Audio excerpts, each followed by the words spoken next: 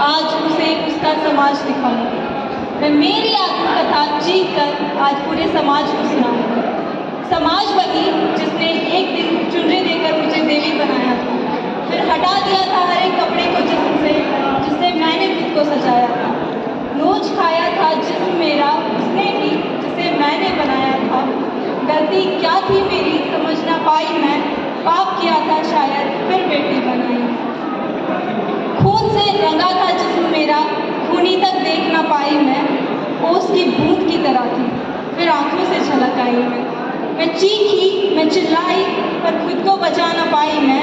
पाप किया था शायद फिर बेटी बनाई मैं। जब बनाया समाज मैंने तो क्यों समाज को ये समझा ना पाई मैं। जन्म दिया है मैंने बेटे को पर उससे बेटी बचा ना पाई मैं बनी अबला बनी बेचारी पर दुर्गा बन ना पाई मैं। पाप किया था शायद फिर बेटी बनाई मैं।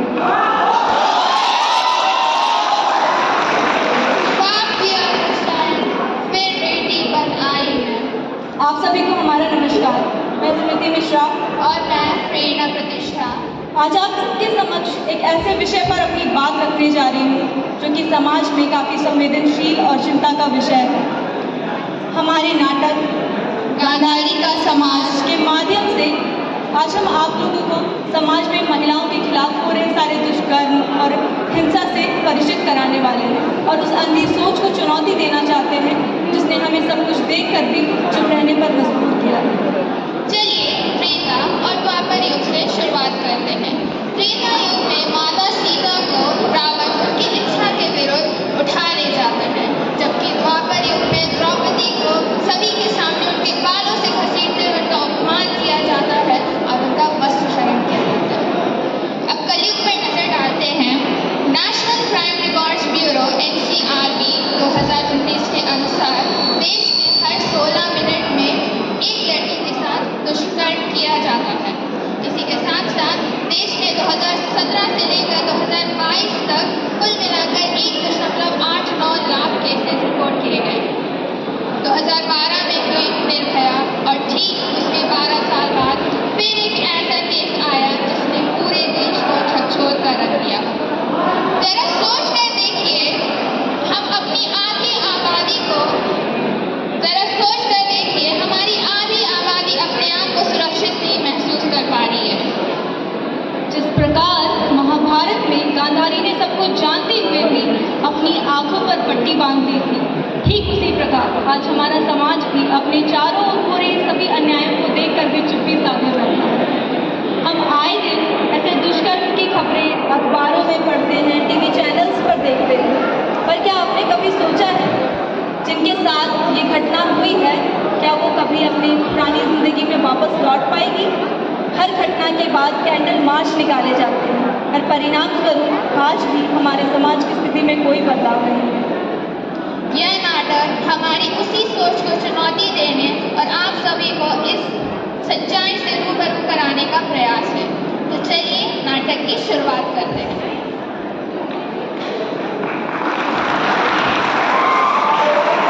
हमारी पहली कहानी एक छोटी सी बच्ची की है। जिंदगी अभी कुछ समय पहले ही शुरू हुई थी उसकी। 3 साल की एक छोटी सी बच्ची जो पहले ही गरीबी से मजबूर माँ बाप के साथ सड़क के किनारे सोई हुई थी। करीबन रात के 2 बजे दरिंदगी के रूप में मासूमियत को नोच खाया गया और अगली सुबह लाल कपड़े में लाश सड़क के किनारे पाई गई।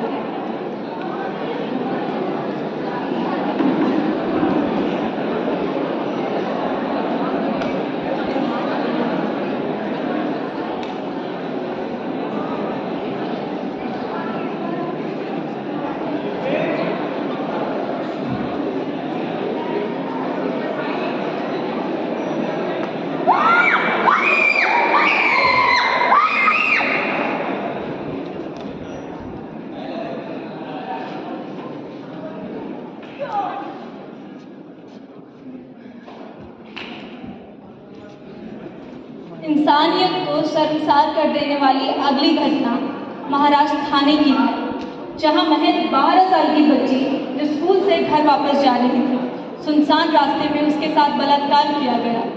उसे डराया गया, धमकाया गया।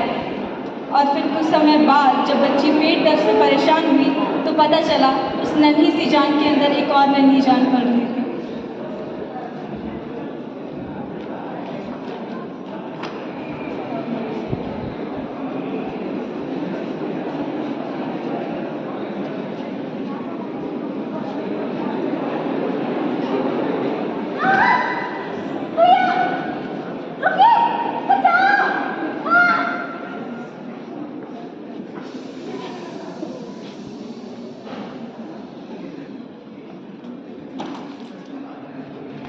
जगह दूसरी, कहानी फिर वही, हैवानियत की। अगली घटना राजधानी दिल्ली से। इस घटना से हम सभी परिचित हैं। अपने दोस्त के साथ घर वापस जा रही निर्भया चलती बस में ड्राइवर समेत 6 लोगों ने मिलकर उसका बलात्कार किया। उसके हर एक अंग को जख्मी कर दिया गया, यहाँ तक कि उसके निजी अंगों को भी लोहे की छड़ से जख्मी किया गया था। और फिर इसमें मन नहीं भरा तो फिर मासूमियत को यूं ही मरने के लिए छोड़ दिया।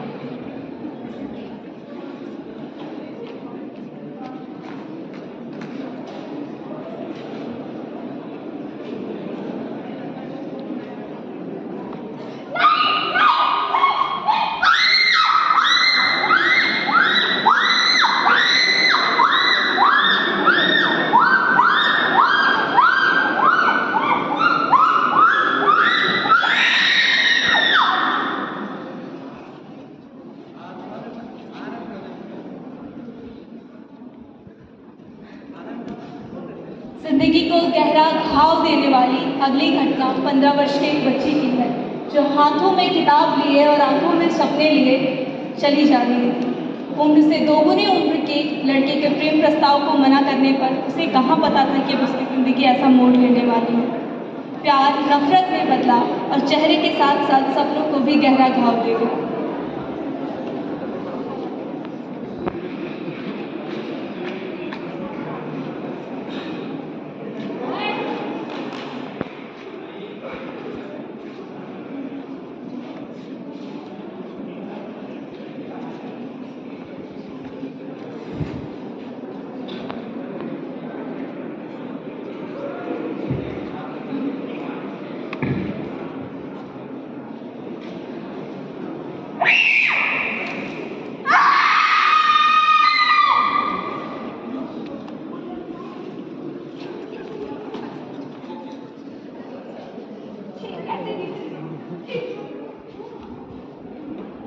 अगली घटना हैदराबाद की है।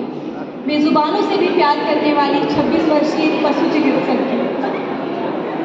अकेली रास्ते में बंद स्कूटी से उसकी मजबूरी का फायदा उठाया गया, उसके साथ दुष्कर्म की घटना को अंजाम दिया गया और तब तक दिया गया जब तक वो बेहोश ना हो जाए। बेहोशी की हालत में फिर उस नाश्ता शरीर को भी आग के हवाले कर दिया गया।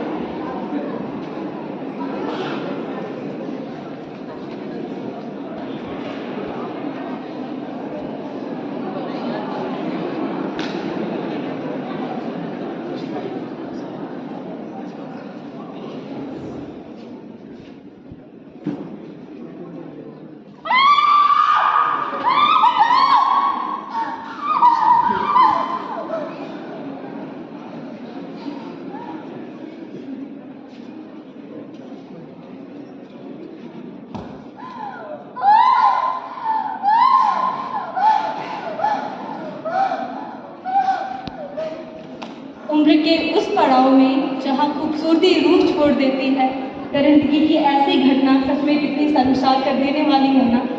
अगली घटना सूरत गुजरात की है, जहाँ 72 वर्षीय एक बूढ़ी महिला के साथ दुष्कर्म की घटना को अंजाम दिया गया। ये घटना तब घटित हुई जब उसका पूरा परिवार घर से बाहर था। बूढ़ी अम्मा आंगन में बैठी सिलाई कर रही थी, तभी 26 वर्षीय एक लड़के के द्वारा चाकू की नोक पर दुष्कर्म की इस घटना को अंजाम दिया गया।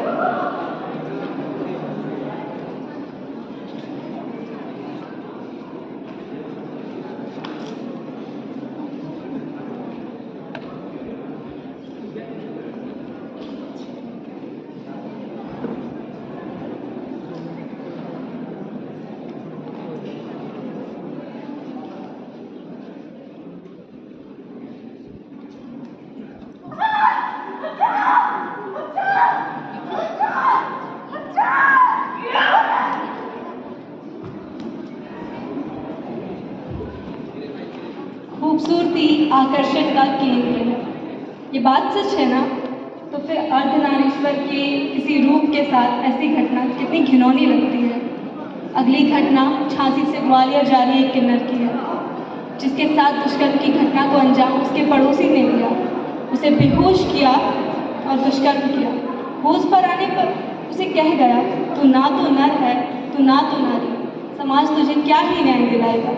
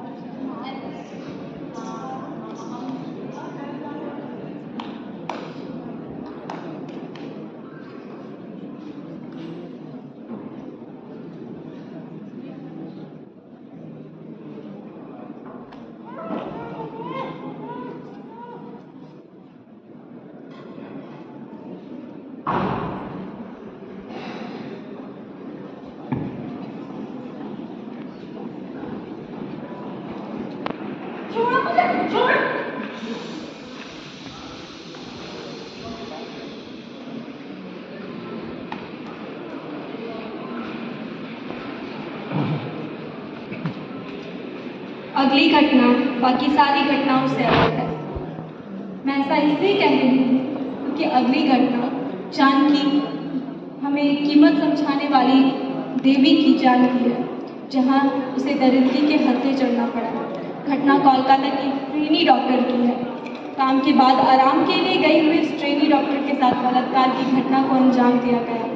उसकी आँख, नाक, मुंह, हर एक अंग को जख्मी कर दिया गया और फिर उनका मन उस पर भी नहीं भरा था। 100 के साथ भी उन्होंने दर्द दी।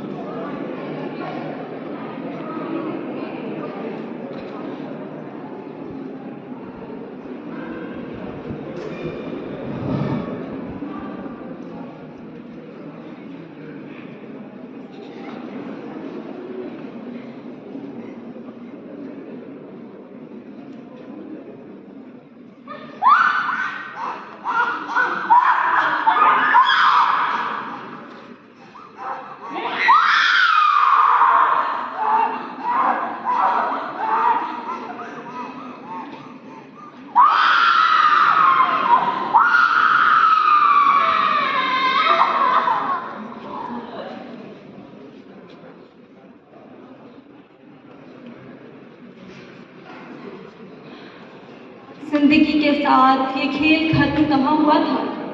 अगली घटना एक 100 के साथ बलात्कार की है। पोस्टमार्टम के लिए हॉस्पिटल में पड़े 100 के साथ बलात्कार किया गया। आप सोचिए, क्या किसी 100 को किसी की वासना की भूख मिटाने का शिकार बनना चाहिए?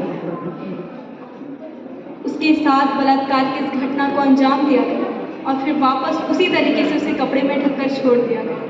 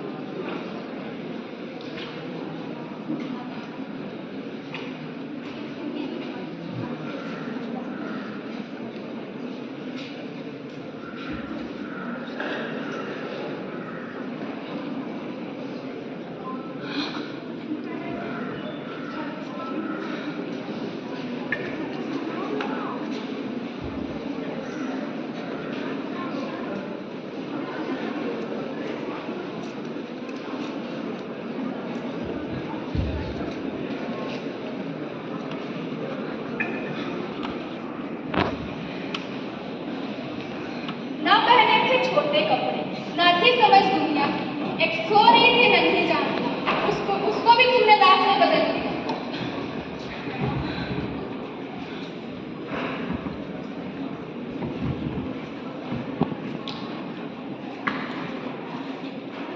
जिसे सजना था फूलों के रंगों में, उसे मसल दिया निर्दयी हाथों के संगों में। जिस सूत्र में हाथ में किताबें होनी चाहिए थी, अब वो न्याय की भीख मांगती है रूंधी हुई सांसों में।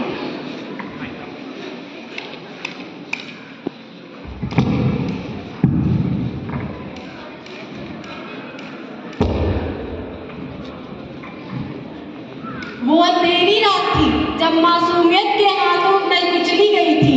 वो चलती बस नहीं थी, इंसानियत की मृत्यु भूमि थी। मेरी चीखें सिर्फ मेरे जिस्मों को नहीं, इंसानियत को कांपते देखा है।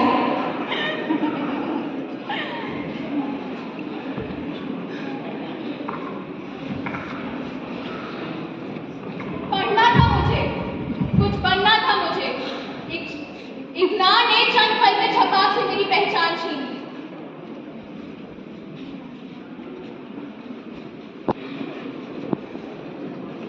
मैं तो बेजुबान जानवरों से प्यार करती, फिर मेरे साथ जंगली जानवरों से सलूक क्यों किया गया?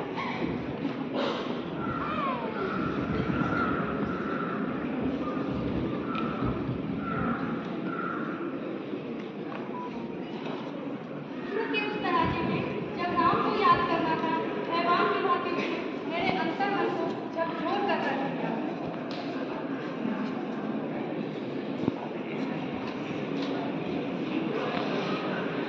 ना नर रही ना नारी, ना मान मिला ना सम्मान। एक शरीर ही तो बची थी, उसे भी छीन लिया तूने हैवान।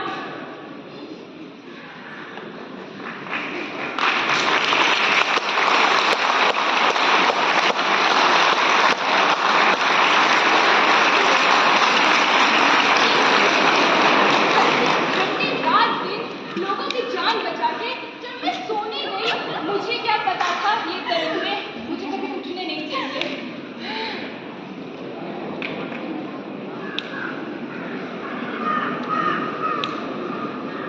मेरी क्या गलती थी? मैं तो भगवान को प्यारी हो गई थी, लेकिन मुझे भी इन दलितों ने छोड़ा नहीं।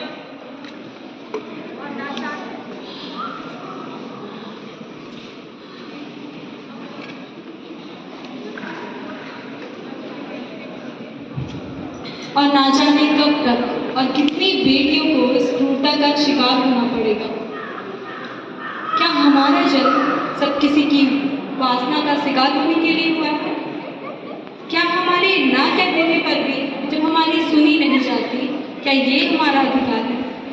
अगर सुरक्षित महसूस करना इंसान का मूल अधिकार है, तो हमसे ये अधिकार क्यों छीन लिया जाता है? किंतु अब समय बदल चुका है, हम और नहीं सहेंगे।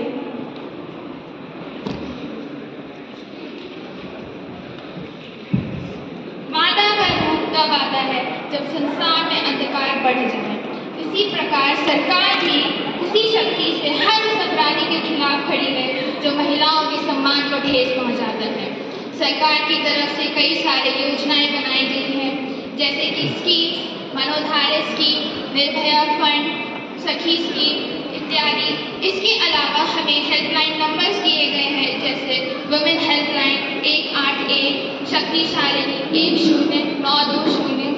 कानूनी कार्रवाई से भी हमारे लिए सुरक्षा दी गई है, जैसे posh act, POCSO act, IPC की धारा 376। इसके अलावा स्कीम्स भी NGOs लाई गई हमारे लिए, जैसे clap legal service institute, Inshara foundation, Kshamta, Pink, Thappad और न जाने कितनी और फिल्मों से इस अहम मुद्दे को हमारे सामने उजागर किया गया है। हर युग में शक्ति साथ ही बनेगी, पर मासूमियत को अपनी लड़ाई खुद लड़नी होगी। अंततः हम यही कहेंगे कि नारी माता अस्ति, नारी कन्या अस्ति, नारी सर्वस्व अस्ति। यानी नारी माँ है, नारी बेटी है, नारी ही सब